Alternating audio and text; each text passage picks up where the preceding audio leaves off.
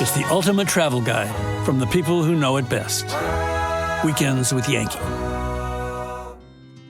I loved visiting Sienna Farms in the fall and seeing all their root vegetables that they have ready for the winter. Last spring, I joined a CSA and I had so many potatoes, I really didn't know what to do with them all. And I was trying to think of novel ways to use them, and I remembered this tradition in Maine. Aroostook County in northern Maine is the potato growing capital of New England. And they find all kinds of novel ways to use potatoes, including in potato donuts. So I wanted to adapt the potato donut to a muffin.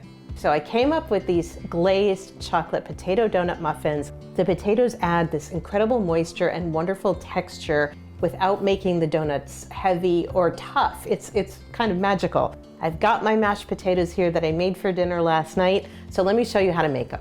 So like many cake and muffin recipes, this starts by creaming some butter and sugar together for 3 to 4 minutes until it gets fluffy. I have 1 cup of brown sugar and 6 tablespoons of salted butter.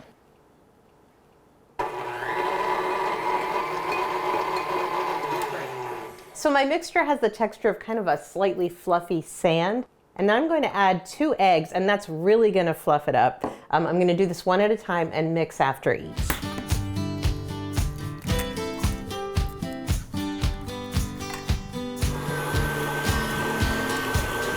That's my base. Now I'm going to mix my dry ingredients, and this is really, really simple. So I've got 1½ cups of all-purpose flour, 1/3 cup of cocoa powder, 1 teaspoon of baking soda, and 1/2 teaspoon of table salt. And now I just whisk this together until it's evenly blended. For the final mixing, I'm going to start by adding 1/3 of the dry ingredients to the butter mixture. Mix that up.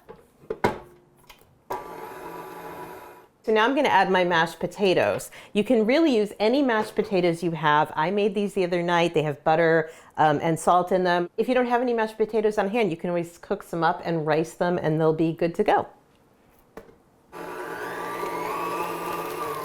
For my last ingredient, I've got 2/3 cup of buttermilk, which I'm going to add alternating with the dry ingredients.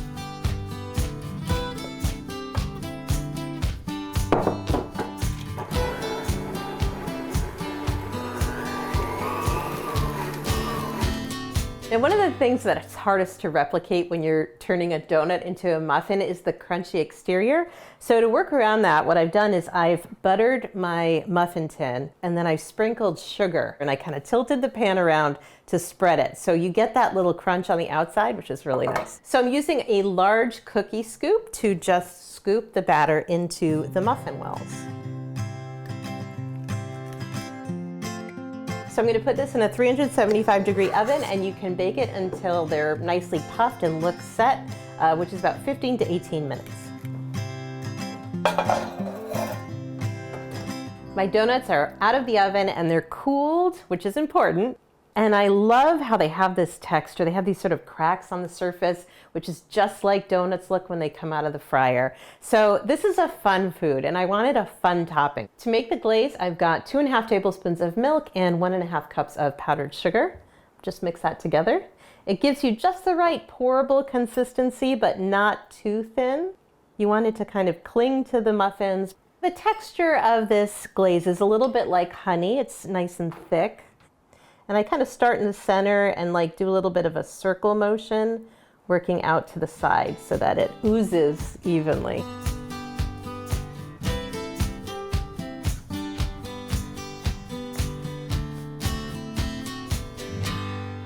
So I've let my glaze sit for just 2 minutes, just so it stops moving, because now I'm going to add the sprinkles. They're going to bounce. It's okay. This really is just such a happy food. It makes me happy to make and to see it. And really you can serve these for breakfast or a snack or even dessert. They really straddle the line between muffin and cupcake. So serve them whenever you like. And now I've got to try one because they just look too good.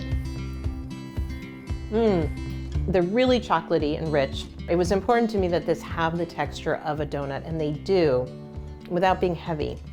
And they're easier to make than donuts. So I think this is a good one.